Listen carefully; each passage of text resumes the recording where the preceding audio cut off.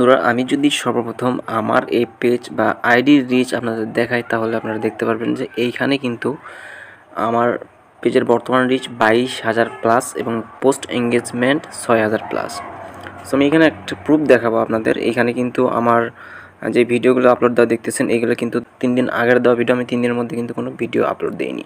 So তারপরে কিন্তু আমার এই পেজের রিচ কমেনি।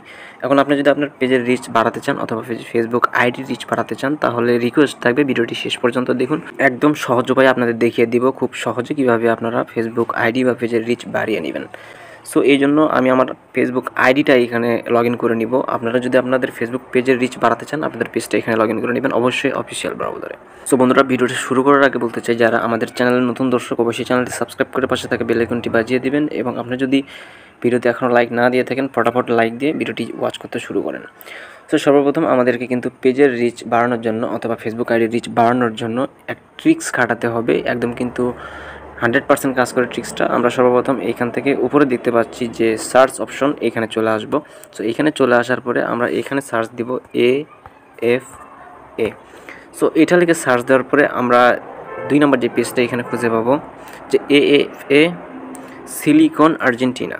এখানে ক্লিক করে দিব। এখানে ক্লিক করে দেওয়ার পরে আমাদের সামনে কিন্তু এই পেজটা চলে আসবে। তো আমরা সর্বপ্রথম এই পেজটা এখান থেকে লাইক দিয়ে নিব, যাতে পরবর্তীতে আমাদের আর খুঁজতে না হয়।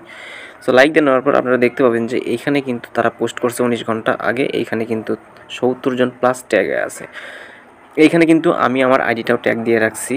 সো আমি অন্য একটা ফটো এখান থেকে সিলেক্ট করে নিচ্ছি এবং এখান থেকে আমি ট্যাগ দিয়ে দেখাবো এবং আপনারা কীভাবে রিচ বাড়াবেন সেটাও দেখাবো। সো আমি এখান থেকে ফটোটার উপরে ট্যাপ করলাম এবং আবারও ট্যাপ করে এটা বড় করে নিলাম।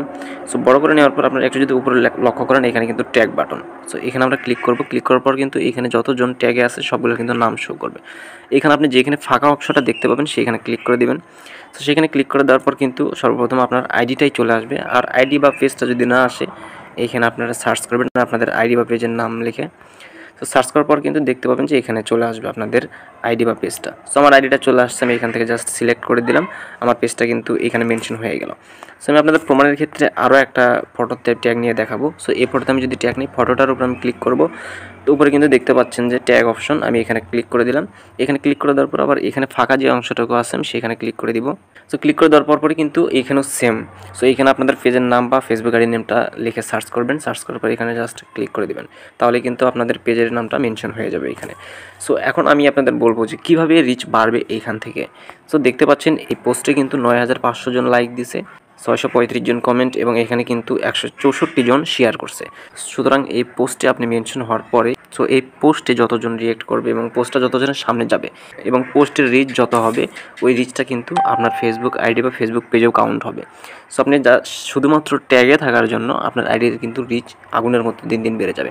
সো আপনি যদি এখানে প্রতিদিন সময় দেন এবং প্রত্যেকটা পোস্টে যদি আপনি এইভাবে ট্যাগ নিতে পারেন, তাহলে আপনার 100% থাকেন আপনার পেজের রিচ কিন্তু অনেক বেড়ে যাবে।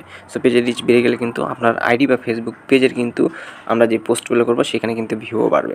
সো বন্ধুরা, এই ট্রিক্সটি কেমন লেগেছে কমেন্টে জানাতে ভুলবেন না। এতটুকুই ছিল আজকের ভিডিওটি। দেখা হবে নেক্সট কোনো ভিডিওতে। ততক্ষণ ভিডিওতে লাইক দিয়ে সাথেই থাকুন।